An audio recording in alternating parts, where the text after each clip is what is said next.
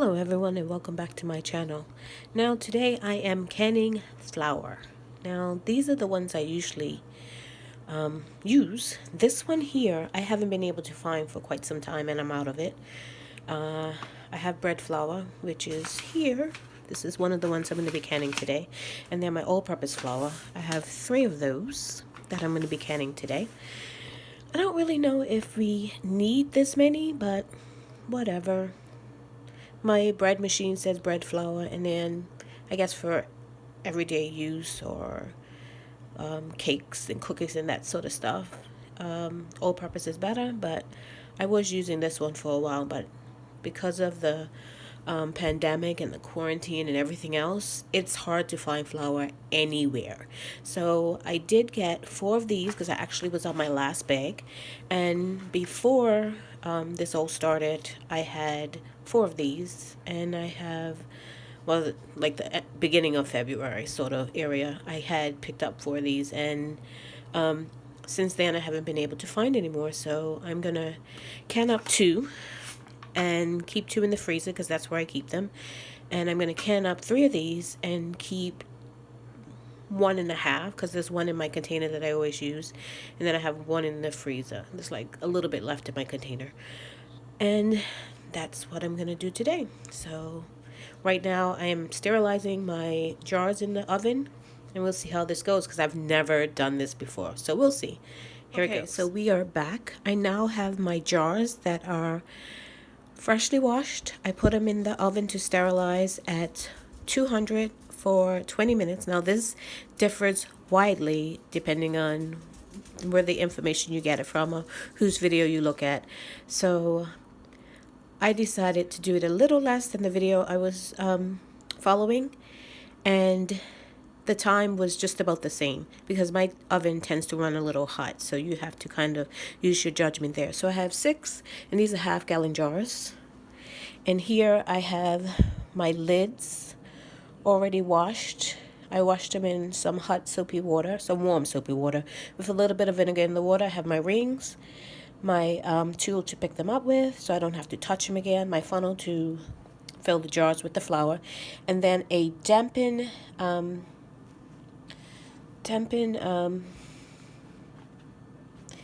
napkin. Oh my god, I'm losing my words here. With vinegar to wipe the rims once I have everything filled. So everything's ready to go. I did put these in warm water just to loosen up that seal and just sterilize them a little bit more. They say you don't have to do that, but I took that extra step and I just made sure they were extremely dry before I laid them on this dry towel, this dry little paper towel. So that's drying them out even a little bit more, and then I'm going to fill my jars and get on with this. So let's see how this goes. I didn't mention that once I took my jars out of the oven, I did let them cool for about 20 minutes, so they're pretty cool to the touch, and before I fill them up with the flour I just let them cool off once they were sterilized in the oven. I used I'm doing the bread flour first. I put a little sticky on 2 of them so I can know which flour is which, and I did temp it down quite a bit, and this is how much is left after I filled 1 jar out of a 5-pound bag of flour. So that will help you guesstimate how many jars you need for how much flour you have. Okay, so since this is just a one-woman show, I can't really show you me filling the jars and temping them down, but I have the flour in here. It's mostly filled, and all I do is just gently temp it down to get as much flour in there as you can. See, it's going down quite a bit, so I'm going to add more. Let's see if I can do this one-handed. Probably not, without making a mess. Oh, not bad, not bad. My skills are improving. So, just gonna, again, just temp it down to get as much flour in there as we possibly can. And I want to fill this up a little bit more. Let's see. Okay.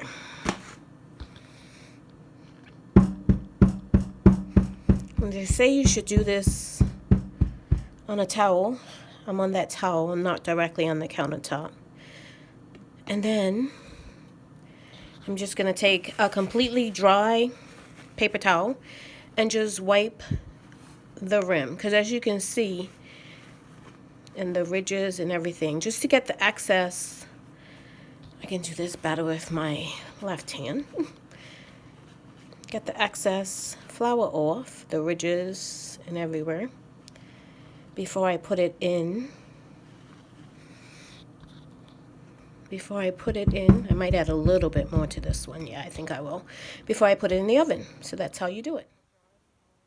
Filled and ready to go into the oven. Now, this part varies greatly, again, depending on where you get your information from. Some people say 200.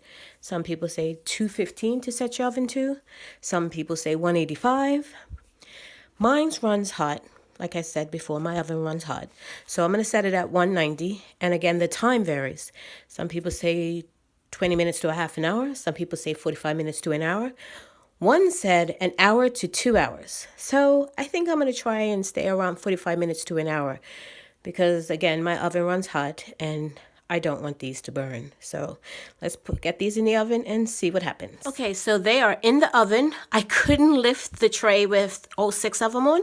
So what I did is just took them off, loaded the tray in the oven, and then I put them back on the tray. So they're in the oven on the bottom rack, and we're going to time them for, I'm going to say an hour. 45 minutes to an hour. I'm looking at them at 45, and then I will decide if I want to go the extra 15 minutes. I decided to do 3 jars of each, and this is what I have left. This is the bread flour, and it's 1 pound, 3.8 ounces. And this is the all-purpose flour, 1 pound, 2.9 ounces left. And I did 4 jars of each, and they're half-gallon jars. And these were both 5-pound bags. They're both 5-pound bags.